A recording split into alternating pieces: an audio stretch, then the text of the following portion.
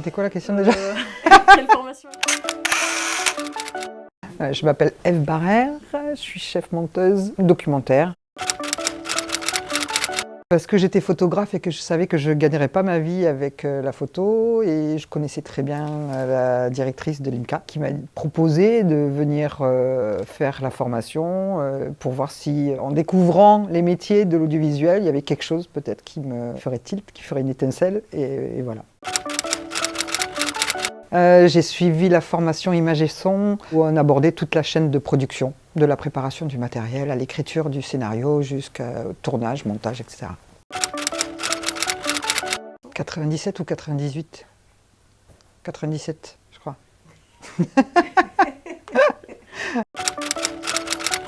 Le montage, évidemment, que j'ai découvert là et pour lequel j'ai eu un coup de cœur tout de suite. Après avoir fait mon premier plan de montage à l'IMCA pour mon premier reportage, j'ai su que je serais monteuse.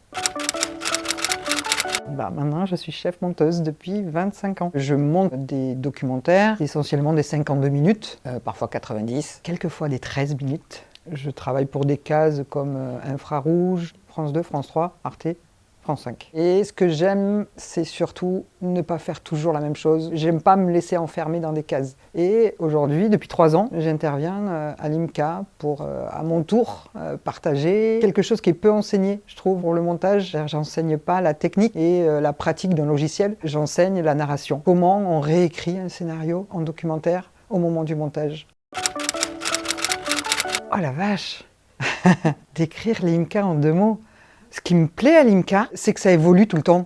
En fait, chaque fois que je reviens, il y a toujours quelque chose de nouveau. Et du coup, c'est même compliqué pour préparer les cours. Puis cette année, par exemple, encore une fois, je suis tellement surprise par la forme que prennent les premiers films que vous faites faire aux élèves, que je me dis, mince, c'est pas du tout ça à quoi je m'attendais. Du coup, il faut que je recommence tout à chaque fois. Et en fait, c'est pareil pour tout. C'est-à-dire, l'architecture des locaux évolue, vous changez, le matériel évolue, et même votre pratique. Et du coup, ce qui s'en ressent, c'est l'exercice que vous faites faire aux élèves. C'est encore nouveau, encore autre chose. Mais j'adore le fait que ça bouge et que ça évolue, que ça change en fonction de vos élèves ou de l'air du temps, je ne sais pas. Mais voilà.